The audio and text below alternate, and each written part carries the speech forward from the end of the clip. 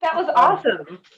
You think we could start promoting? Anyhow, I'll just take this moment to introduce Heather and Kevin, who are with the Male Contraceptive Initiative, and they're really talking about the future of male contraception beyond vasectomy, because I think we've got vasectomy pretty well covered. I think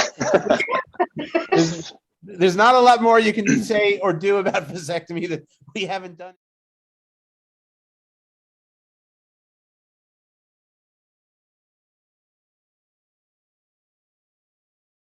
But it's awesome. And let's just take the conversation to the next level, which is, where do we go from here? And how do we fill in the gap between, a young man who just wants to get a vasectomy, he wants a permanent method. That's fine. That's his right. And then there are a lot of people who are probably waffling. And while they waffle, there are hopefully other things coming down the road. So I pass the mic on to you, Kevin, or Heather, however you want to do it. Sure. Thanks, Jonathan. And yeah, absolutely a very tough act to follow. We are not on top of a car in Times Square right now, but greetings, everyone.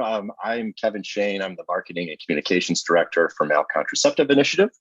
For those of you who don't know, we are a small nonprofit. We're based in Durham, North Carolina, and we provide funding and advocacy support for the development of non-hormonal reversible methods of male contraception. So we are big fans of all forms of contraception, but we feel like non-hormonal reversible male methods are a kind of underfunded, under-researched area of reproductive health that we think can be quite transformational. Currently, we only have condoms and vasectomy available to men, and we feel like if we can increase that method mix, then we can empower men, women, couples, all people to really have the reproductive autonomy that they need to make the best decisions with respect to their family planning objectives as possible. So we have a bifurcated practice. On the one hand, we provide funding support through grants and program-related investments to the research community to investigate promising targets and to de-risk understudy targets. And then the other side, which I kind of head up, is advocating for the same. So making sure that as the research and development activities are taking place, we're building the awareness and the demand necessary so that when these new methods are available on the market, people not only are aware of them and how they work, but are also clamoring for them, and they understand and see the impact that these methods will have in really empowering people to control their fertility, and for all of us to meaningfully address the unintended pregnancy rates, which are currently about 120 million per year globally. So today we have a great panel that we've put together. I'll let Heather introduce them, but we want to spend the next hour kind of talking about what the potential for the future of male contraception could look like, and kind of introduce some key stakeholders in our ecosystem that we want to certainly promote. So I'll kick it over to Heather, and we'll get started soon thereafter. Oh, you're on mute. Rookie mistake. Yeah. Hi, I'm Heather Vedot, and I am the Executive Director of Male Contraceptive Initiative. And we are delighted to be here today. And I just can't say enough about all of the work that Jonathan and Dr. Doug and everybody on this call and that's participated over the past week in World Vasectomy Day events has had for the entire field. And it is a field that's obviously near and dear to my heart, our hearts. And part of it is just the people, like everybody that's involved is dedicated and willing to jump in and do whatever they can to help move the discussion and the development forward. And so case in point, we've invited 3 colleagues that we are super excited to have on our panel today. And I'm going to let them actually introduce themselves, but we have Will Skinner joining us, as well as Dr. John DeCaro and Jalen Weaver as well. So what I'm going to let you guys do is go down the line and introduce yourself, please, and explain how you're connected to Male Contraceptive Initiative. Will, do you want to start? Sure, happy to. My name's Will Skinner. I'm a graduate student over here at UC Berkeley. It's a foggy day behind me out the conference room window here. So I work in the lab of Dr. Polina Liszko, who won last year's MacArthur Genius Fellowship for her work on non-hormonal contraceptives. our lab has been working on a few different aspects of contraceptive development for about 10 years now. My work personally is on understanding better about sperm energetics, how their mitochondria work and how they power themselves to do all the tasks they need to do. And also working on that moment of sperm-egg fusion. So understanding there's a lot that's still unknown about how the sperm and egg actually meet and fuse their membranes, that key moment of fertilization. So there's a lot of really interesting problems that are still unknown. And I've been lucky enough to be in communication with MCI for almost my whole graduate career. And they've supported me in a dozen amazing ways in that time. So it's really exciting to be here, and thanks for having me. Thanks. Well, John, would you like to go next?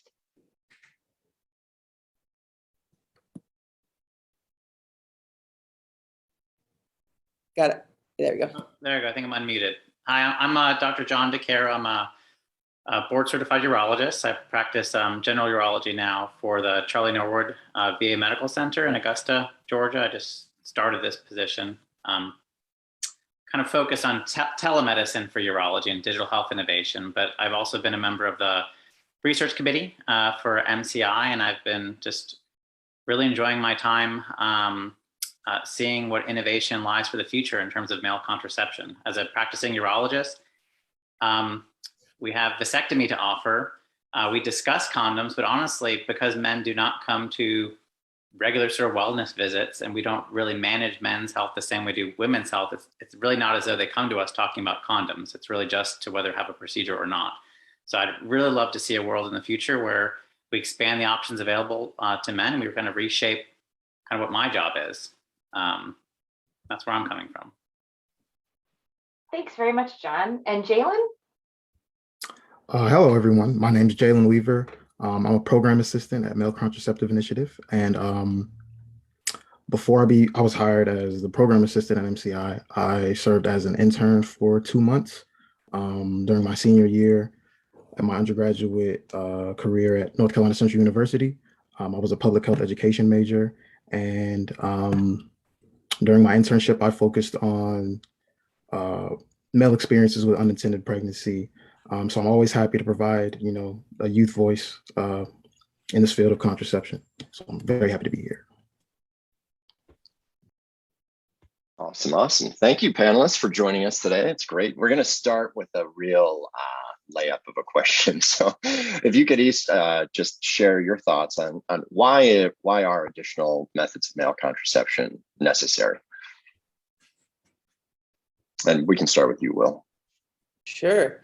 Oh my gosh, it's a layup of a question, but it's also a question with like 1,000 possible answers that I think about every day. The analogy I always use when I think about this is, I don't know if anyone out there has seen the movie The Hunt for the Red October, but there's a scene in there where in order to launch a missile, 2 people with separate keys must be on separate sides of the room and both turn them on at the same time.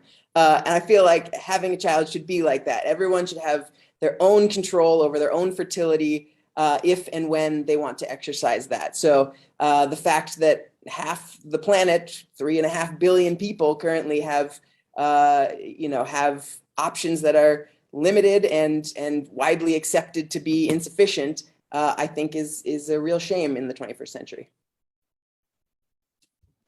Thank you. Yeah, I'm sure that's what Tom Clancy had in mind when he. Exactly. Jalen, do you want to take a stab at answer? What do you think? So why male contraceptives are important? I think just male engagement in health in general is important. And male contraception's novel male contraceptive methods presents an opportunity for men to control their reproduction in a way that they've never been able to, and for them to engage in health in a way that they haven't been able to. So that's also just the number of unplanned pregnancies in the world. Like if there are 85 million unintended pregnancies in the world, then, giving men the opportunity to control their reproduction, will greatly impact the effect of unintended pregnancies in society as a whole. That's tremendous. Thank you, Jalen. John, what do you think? Sure. I mean, I echo what has been said already. I mean, I'm a very strong advocate for just the concept of intentional parenthood, whether that's through adoption, whether that's in the life of someone who has infertility, themselves. I think that, in the world of unintended pregnancy, we're missing half the equation, has been suggested. So I come at this more from a feminist perspective. I feel that so much of all of life's burdens are placed on women's shoulders, and we sort of take that for granted. And it's time to make some very meaningful and concerted steps to sort of to put some of this burden also on men's shoulders, so we can distribute this more equally. And that said, male and female, I do want to broaden the discussion to include those who don't necessarily identify with either gender, and may fall into an intersex category as well. But that the current discussion is kind of limited, I think, by sort of the lens which we've seen in the world, which is misogynistic and relies on sort of antiquated sort of concept of binary sex and gender. So I see a lot that can come out of male contraceptive beyond just providing contraceptions for cisgendered men, but it really, because it kind of changes the whole conversation, we can change a lot of conversations from that as well. So I see it as a way of kind of reshaping just the way we sort of think of malehood, masculinity, and just how we approach men's health in general. Again, echoing what others have said. And John, I'll hop on that as well to completely agree. And it's sort of why when I describe my work, I describe it as working to develop sperm targeting contraception, because the useful and amazing thing about targeting sperm for contraception is that they're the only cell that is produced in one body and fulfills its role in another body. And so theoretically by targeting certain things that are necessary for sperm motility or function, we can provide contraceptives that could theoretically be applied in different manners in anyone's body, regardless of their gender or biological sex. So there's some really exciting opportunities there to sort of break down the male-female binary. Yeah. I like that specificity of biology that you use, right? Focusing on the sperm, independently, again, of whatever the gender identity might be of the person producing that sperm. So. Right. And the stats show that people who don't fit into some of the traditional gender roles or biological sexual roles often have higher rates of unintended pregnancy because they're not well served by counseling and by the tools that are they're made to feel that the tools that are available are maybe not for them. Yeah. That's such a great point. And the other thing I wanted to touch on that you mentioned, John, was you talked about intentional fertility. And there was a book I came across about a year ago called The Good Ancestor. And it's such a great book. It's talking about sort of the future thinking, 7 generations kind of concept. And so I know we do get into the conversation. Kevin mentioned population and unintended pregnancies. And so I think that an intentional ancestor, I like that as well. Intentional parent and an intentional ancestor is kind of cool as well. So I have a follow-up question for the panel, and that is, one of the, if not the biggest questions that we get routinely, and it's a twofer, is that will men use contraception and or will sperm producers, I'm going to follow the lead of my panelists here, use contraception, and will their partners trust them to use it? And we have a million answers for this one, but I would love to hear the panel's interpretation and answer to that question that we get.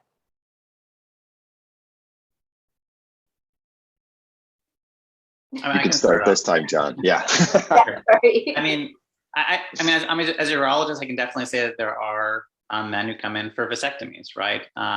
And sometimes we do discuss, emerging options. Sometimes I have a particularly interesting, patient come in and they might mention, that they've heard about maybe new things happening and ask me about that. And we don't have to cover too much ground because nothing is FDA approved and things are in the pipeline. But I do think men are thinking about it and are interested, not just in vasectomy, but different options in general. The fact that condoms are so commonly used, does speak to male participation.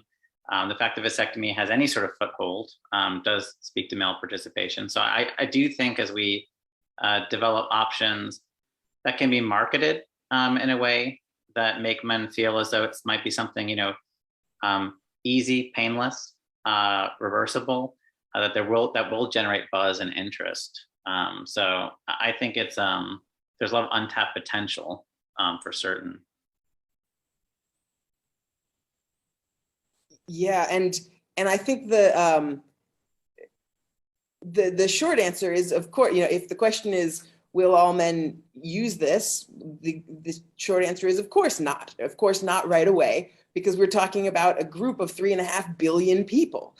And, any other compound or drug that is being produced is targeted towards, has a potential audience of, just the people with a certain disorder, which is a tiny fraction of the people out there. So even if in the first years, only a few percent of the eligible people use it, that's still millions or hundreds of millions of potential people who will use this. So I think the potential impact for novel forms of contraception is perhaps larger. The potential audience is perhaps larger than any other pharmaceutical product or drug that I could possibly think of.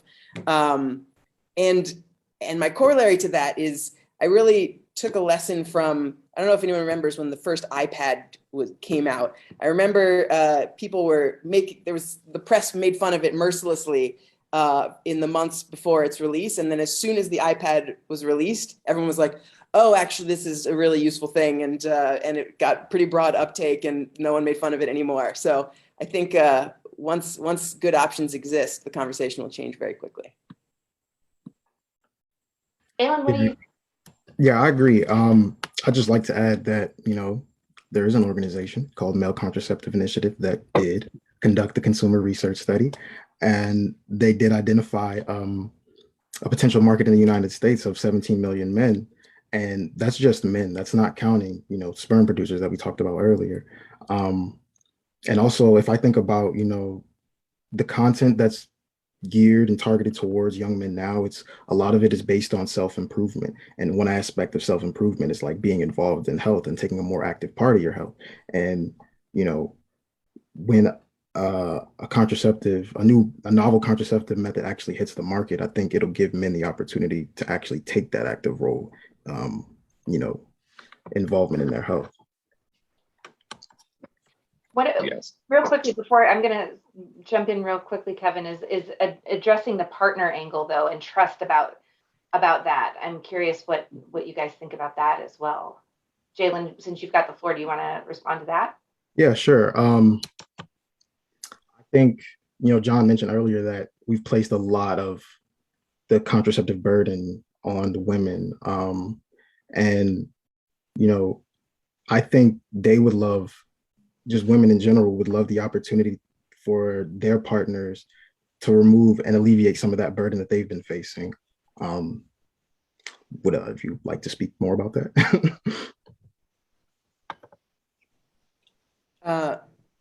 And I would add that some couples will choose to, as sort of based on my analogy earlier, some couples will feel more comfortable with both of them maintaining their own independent contraceptive regimen, and that's totally fine. I don't think of this as necessarily a replacement for any products that are out there already, more as a expansion.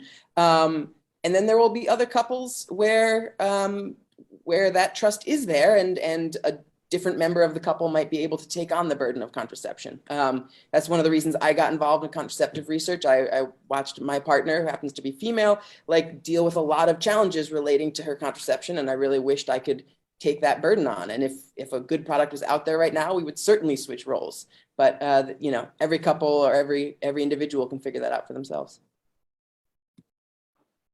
I don't have too much to add. I mean, I do think I tend toward individual autonomy and control, rather than thinking of individuals, as couples when it comes to sexual health. When I counsel, for example, regards to STI testing, I counsel an individual, not really a couple, per se.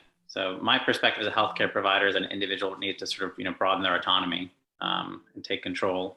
So I would take the same stance in terms of, contraception. I think each individual needs to take responsibility. Whether as a couple they achieve that, either by one doing it or the other or both. I mean, that's a different conversation to be had. But each individual should be separately contemplating, how they're going to accomplish that task. So, and there's a risk, right? If you're a male and you simply rely on your female partner, there is risk there. Your female partner might not want to stay on birth control, right? And then you might risk, if you don't participate, having an unintended pregnancy. Unfortunately, just because of the lack of options for men to participate, women have that undue burden of risk, right? Because they can't really rely on their partner because their options are not really either well available or well utilized. So, and then there's additional risk to a woman going through pregnancy herself because of just the nature of pregnancy. The risk distribution is inherently different, and I do think each individual should be responsible for their own autonomy. Great, thanks, John. Jonathan, do you have a question? You had your hand up before. I just think this is such an interesting conversation. But at the end of the day, what we're really talking about, and should be the core of any consenting couple, is communication. Obviously, you're going to have, that's what you're trying to do, is improve communication. So do you trust your partner to cheat on you? Do you need to wear a condom because you don't know? There's so many factors that go into it. And I think that bringing a new product in is going to create new conversations, but those conversations have to happen regardless. And now they'll be able to have more dimension to those conversations. And I think the result is better relationships. Now, will some people, you think your couple's taking the pill and they forgot to take it and now you're going to get pregnant? I'm sure that will happen, if that's what the thing is. So, but, it was interesting today.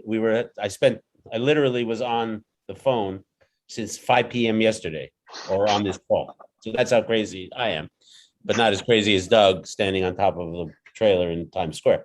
But when we were in Africa, it was really interesting because what came up was that men, they were countering men who felt that they think like the woman tricked them. This is a big factor. Women tricked them. So that was an interesting take on it. Now, would it be, now men can trick women? I mean, the reality of it is all of those things just clamor for better communication. It's the core of it. And I really like that idea of autonomy, because at the end of the day, there's a sort of a level of which you take care of your own responsibility, even in, and that's just a good thing to do. And then, of course, you can negotiate from a place of communication. But a lot of people over the last few days have been saying, last day was saying that they had never had a conversation. They'd never talked about their sexuality or their fertility. Never. They never had that conversation in their lives. And having more options and how those options are brought into the marketplace is a fantastic opportunity to deepen that dialogue, regardless, be it, whatever, how you're going to define man or not, or gender or sperm, or how you define, who does what and who takes responsibility, who trusts. It's really the basis of what's needed for good relationships. And I think it will improve relationships, even though it will obviously, but no worse than it is now. It'll just be, you need good communication now, and now men will be part of that conversation, hopefully. Yeah, thanks for that. I think that really speaks to, what we've been trying to champion, and what Jalen referenced earlier was, we had done a domestic market research study a few years ago, and we were intended to launch it this year, but COVID kind of threw a monkey wrench into things. But we're also going to do a large multi-country international market research study, because that's exactly it. It's how do you get people who have maybe never had a conversation about this, or even possibly never even thought about birth control methods for them because of a lack of products. How do you get them to think about it? How do you mine their insights so that it can inform the development process of new contraceptives? So I think going back, all three of our panelists have made reference to the need to expand beyond the binary and to think about everyone's needs.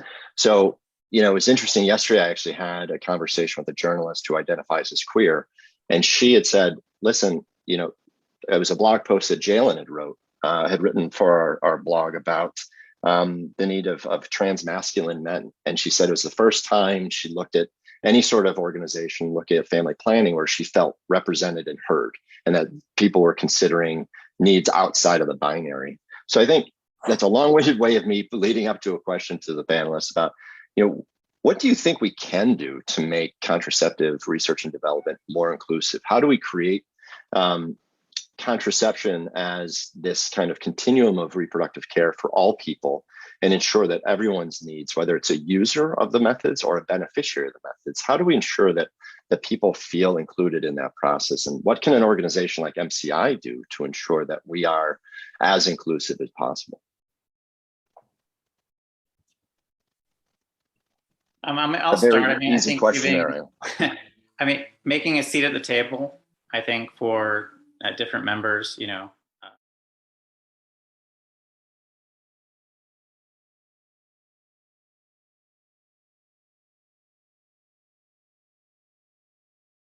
transgender, intersex, queer, questioning, community to have a seat. Both from members of the community perspective, and then whenever appropriate or available, like, members of the research committee, the board, et cetera, just having good representation, different voices, I think is one step. And anytime we have conversations that, affect a group, do our best, right, to have them be part of that conversation. So, that's just, again, just kind of like a baseline, so that we have voices to represent diversity.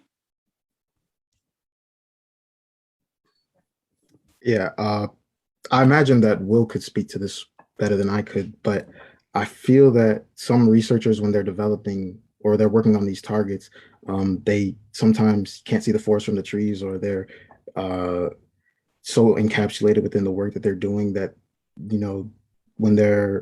when it comes time to consider the needs of the populations that these products will serve, that they haven't done the work on the front end to kind of, make the process smoother when the products make it to market. So I think, bridging the gap between, the scientists and the researchers and the public will be important, for just making the contraceptive development process inclusive. Yeah, it's spot on. It's very challenging often in the early stages to both be dealing with all the nitty gritty of how the molecular chemistry necessary to make something, and also be making sure that whatever the outcome is will be appealing to the market. I will say though that I think on the whole, from the research endocrinologist perspective, biology is more inclusive than society is. Biology doesn't know that we call people male and female. Biology doesn't know that we have gender roles or how the sociology of our sexual relations work. And so that's sort of what I was saying a little earlier, when I talked about targeting sperm, and with good target choice on especially by targeting mature sperm, which is where I focus my work. I really think that we can make products that could then be formulated in many different ways, delivered in many different ways, to be used in many different bodies at many different times relative to the sex act. We could, a good target could possibly be delivered in an on-demand way, pericoital we call it, or beforehand in the sperm producer's body, or even after intercourse, perhaps in the body that receives sperm. So there is, I'm no marketer, and there are a lot smarter people that can do a lot of that work to how to hold those conversations that are inclusive. But we can. Biology has a lot of opportunity to be more inclusive than people may think. Yeah, can I jump in? Yep. Absolutely. Yeah, first of all, this is a complicated conversation, but I do think, first of all, sex is not a purely biological experience. It is embedded in culture and identity. So if it were just pure biology and biology didn't distinguish, maybe it would be a better world, but it wouldn't probably be a human world, at least not as we know it.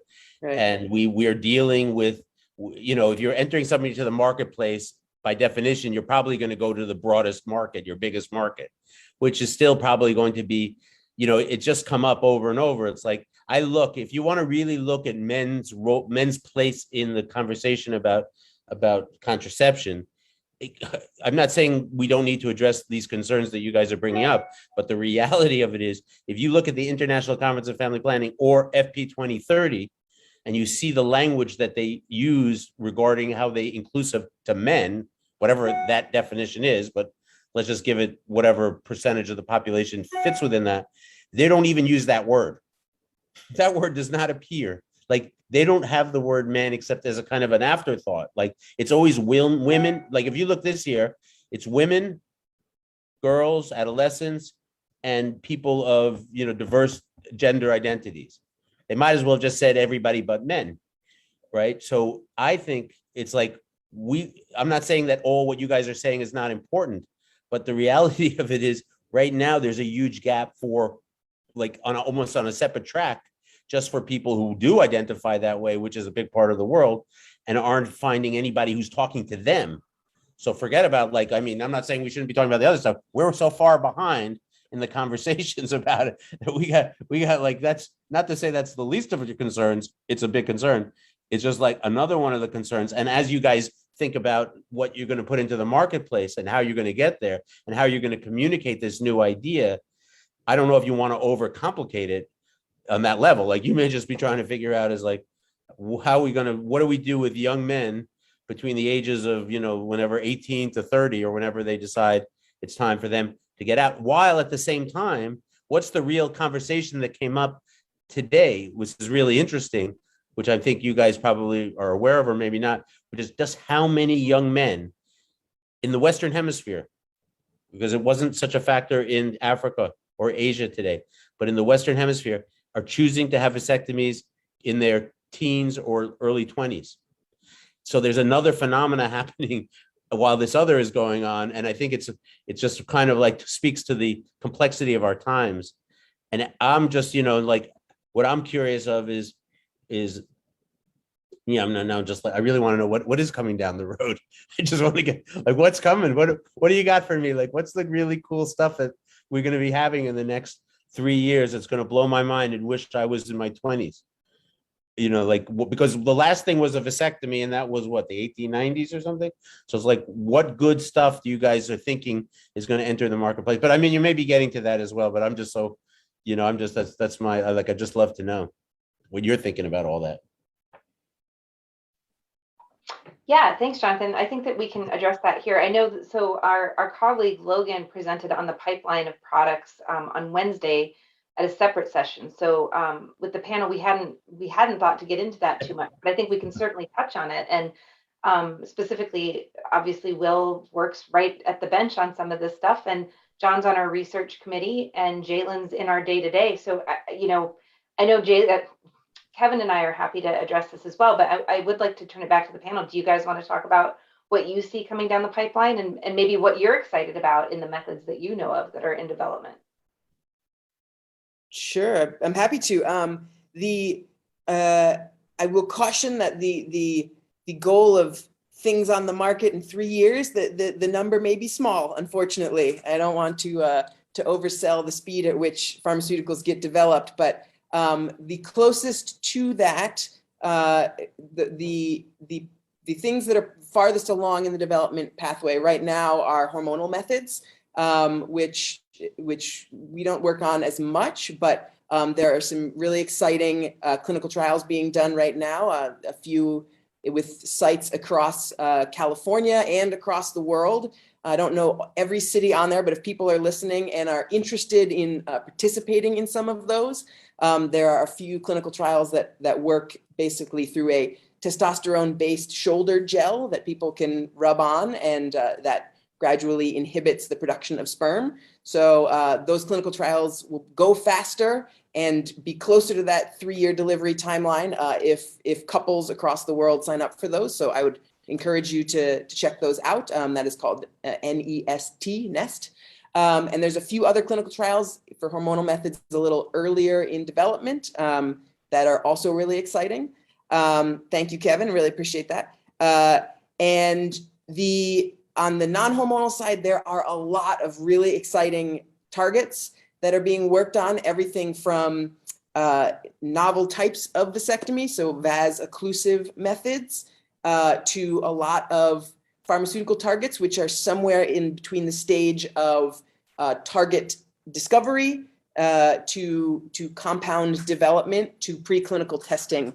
Logan and who Heather mentioned, and I also have a spreadsheet of literally dozens to hundreds of compounds that have been tried and are somewhere along the process. So it's coming, it's exciting. There's a lot of them, and one of them is going to break through.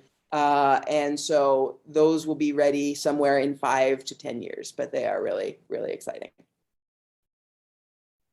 Nice. I just want to jump in real quick and let everyone know that I've added some links in the chat here. One is for the hormonal clinical trials. The other is it's actually one of our grantees, Contraline, who they are actively recruiting couples to participate in trials of their vas-occlusive hydrogel called Atom. And then the last link that I put in there is something that we just launched recently, and that is our non-hormonal reversible male contraceptive target database, which is a mouthful, but it is something that we're going to be updating on a quarterly basis that provides a little bit of an overview of all of the different non-hormonal targets that we are aware of. That way you can kind of see where along the pipeline some of these methods are. Some are, as Will was saying, very early stage, and some are getting ready to be tested in humans. So it's a very exciting time. Yeah. Are the major pharmaceutical companies jumping in yet? Like, you know, they're going to be, once they see that there's money to be made, you can imagine. I got to tell you guys, when I first started doing World Vasectomy Day, I went to Rockefeller Center, and they had decided that at that point, that was 15 years ago, they realized the only way to get men to participate was this is how they calculated, it'd be like a pill, but also it was for cholesterol. Like you had to have double value for it, which I don't know if that's still thinking like that. I told them, I said, if it makes a man feel like his penis is bigger, they'll probably, that would, and then that would probably get more guys excited. But I'm just curious. I think that you said there was already a market for all of this, which we know. I mean, it just seems like it's so obvious, and we see how the marketplace has become more inclusive in many ways. It's like you just see how they market to men now, and all. It's just become, the marketing of products in America has become less binary. Let's put it that way. And you think that there's going to be a lot of investment in this because you think there'll be a lot of money. And I'm just curious. I know there's always been this 5 to 10 year thing, which is fine. I mean, I personally don't have to worry anymore. But do you think 5 to 10 years is actually, like, you feel confident saying in 5 to 10 years there'll be a new product? I do, absolutely. Well, do you all think that way? I think the 5 to 10 year range sounds very reasonable based on what's in the pipeline. Cool. I'm sorry, go on.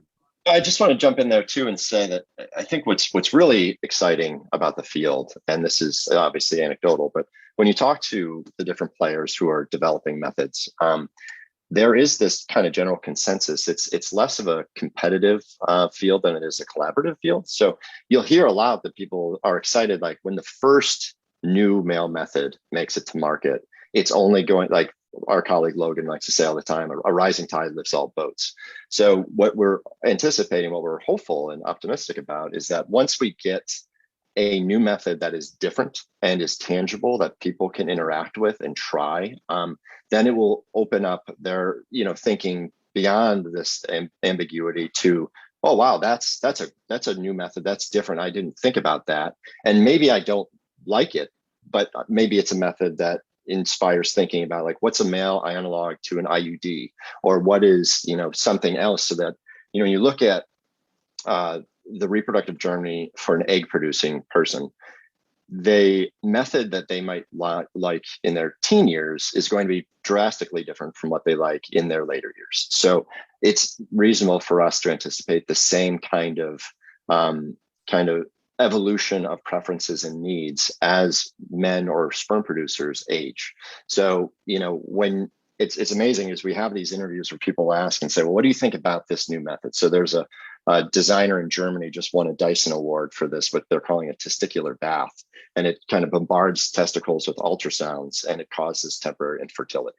And so I was asked recently, well, what do you think about that? Would you use that? And my response was, kind of couch, but it doesn't matter if I want to use that. Someone may want to use that. So what method works for me is kind of unique to myself. And what it really kind of speaks to is the need for as robust a method mix as possible for as many users' needs as possible, so that we have this plethora of things. And to Will's point, when he said earlier that, we're not advocating for men to use and women to stop using their methods. It's, boy, wouldn't it be fantastic if I could take multiple methods and my partner could take multiple methods, because we know, nothing is 100% effective, but the more we can layer in these methods and cater to people's interests as they evolve, the more that will just excite people and accelerate the investment and the development of even more methods. John, I noticed you came off mute. Did you have anything you wanted to chime in with? No, I mean, honestly, I'm very excited about everything kind of coming down the pipeline for precisely that reason of having options. But what a pipeline that also needs to be created in tandem with this is a pipeline of educated, healthcare providers, or lay people who have expertise, in this, who can provide sort of sex education, essentially, and contraception education to the masses. Because, I mean, the problem what you run into when you're having sort of rapid sort of development of new products, particularly if they're not really riding the coattails of something that's sort of culturally well integrated, which is the problem here. You don't have, in tandem with that pipeline of products, a natural sort of portal, right, for counseling, right? One of the big issues in the US that we have is a really poor, unstructured, or non-existent sex education system. So, this is why I'm very much interested in sort of the inclusive approach, even though I completely, hear you when Jonathan, when you talk about how the fact that cisgendered men are often this large group that's already left out of the conversation. So yes, I want to be inclusive of them as well. But I mean, I feel as though where we miss the mark is just sex education in general, right? Addressing the needs of anyone, really, no matter what group they belong to. And I think part of that is just this general discomfort we seem to have as in a country about just addressing the biological reality of sex diversity and gender diversity and the diversity of relationships, between genders and between sexes. Like we kind of hold on to this sort of this binary myth and fantasy, and a narrative that surrounds that, which is not the reality. It's not the biological reality. And so it really makes it very difficult without a really sort of biologically relevant, and sociologically relevant sex education sort of system to then introduce usable products, right, that people can learn about and make informed decisions on. Because, while we might have a male contraceptive pill come on the market whatever time from now, and it might be marketed and wildly successful, it's important that people not just adopt that because it's, it becomes sexy and interesting and marketed really well. I mean, as a physician, I want people to adopt that methodology because they went through an informed consent process and they understand very clearly why it's being used, what are the risks of its use, what are my benefits, and what are my alternatives, and hopefully do have some reasonable alternatives, to choose from. So, I mean, the future I'd love to see is not just one where we have options, but where people are empowered to make informed decisions for themselves, and for their family planning. So that's what I was thinking about.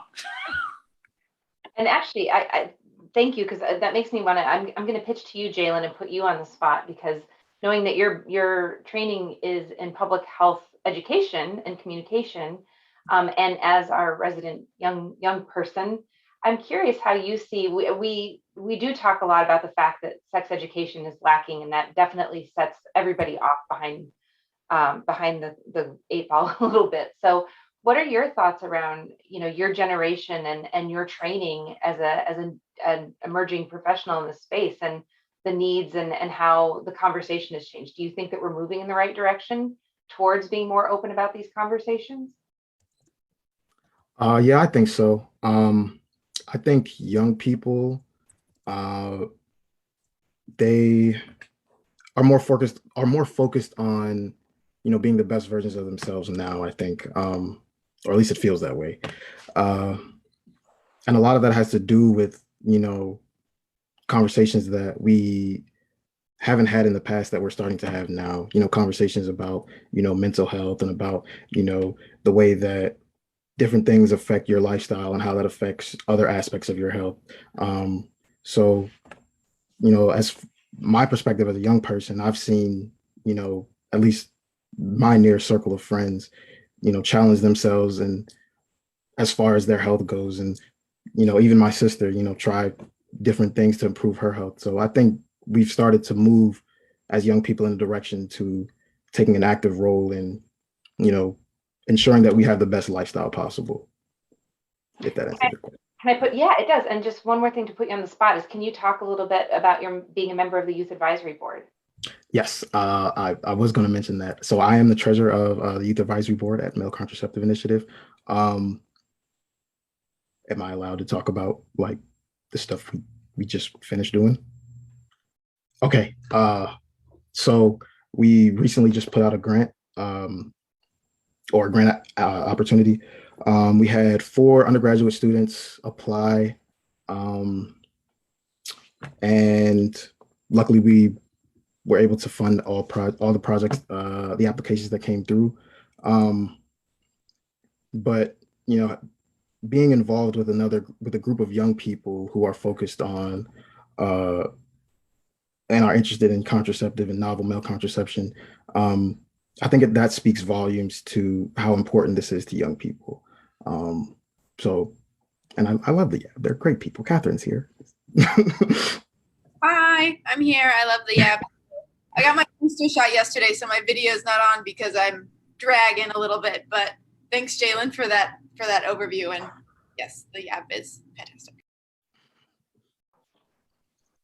So I don't know. I know we're coming up on time, Jonathan. I didn't know we've been so engaged in the discussion. I don't know if there's any questions out there, or if you have any further questions. Yeah, if anybody has any questions, I think this is such an important conversation. And Jalen, I thought the thing you said, like, to me, I got involved with World Vasectomy Day not because I was promoting vasectomies. I wasn't really that. Ironically, for those who know me, I spent 10 years looking for a topic to build a movement around. I was interested in movement building, not men's health or men's reproductive health. I just was looking for something. I'd been making films in war and conflict zones that didn't, and the men that I'm meeting all over the world didn't match the narrative that was being told about men in the media.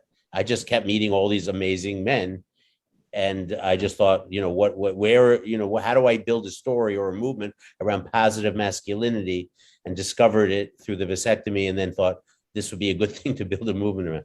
I think I've been proven right to myself, but it's been a lot harder than I realized. So I do appreciate that. But I do think at the end of it, it really was about, like, how do we create, the whole idea was, how do we build a movement of men who are thinking differently, who are conscientious, who care? How do you find those men?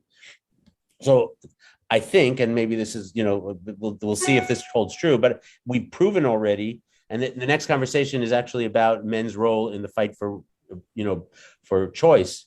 Like, what role do men play in defending women's right to choose?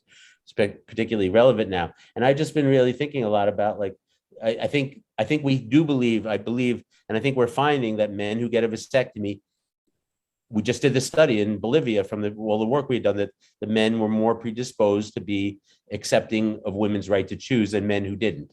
whatever, they're just a more progressive, thoughtful, conscientious group of guys. So it's interesting to me because maybe by the time that's 5 or 10 years comes around, maybe we'll be 1 million men who've signed up to be part of our Responsible Men's Health Club, and they will become your advocates to go out there and do the communicating that you're talking about. And that's the kind of work that I really like to do. And on the flip side, and this is really going to age me, but sometimes we forget how much has changed. But me growing up to where we are now, it's pretty extraordinary. So even though it's not what we wish it were, and it needs a long way to go, things have changed for the better. Not, I don't have to put a caveat to that. We know the caveat exists, but it is a really great time for what you guys are doing. I really believe in what you guys are doing 100%. That's why I always make sure to include you in everything I do, because I just think it's like, we got to get that, and it is ultimately coming down to those conversations to get that going and giving those choices, John, that you talk about. It's like really, and putting the agency in the hands of people with the information to make informed decisions. It's just so the right way to go. And, obviously there's going to be hiccups along the way. There always are, but just the more of that, the better we'll be.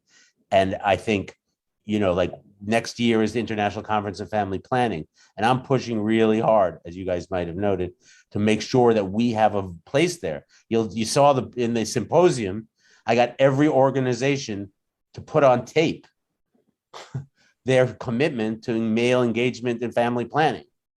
So if all of that, like it's on tape now, and they're saying how important it is, I believe they really feel that way, but now it's on tape. So we need to show up there strong. Like we have to show up there with a plan. We can't just be sitting around waiting and moaning. We got to be there in Thailand next year with a plan and a vision for how to make something significant, because paradigm shifts happen when the right pressure is placed.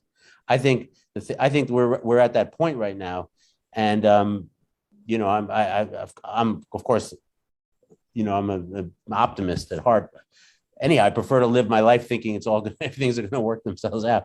But I see, you guys like a young generation of scientists thinking through these things. It's fantastic. The doctors that we work with are fantastic doctors, but they always tell me, and this is what's the kind of funny part is, they always say, "Oh, it's been 5 or 10 years for the last 40 years." That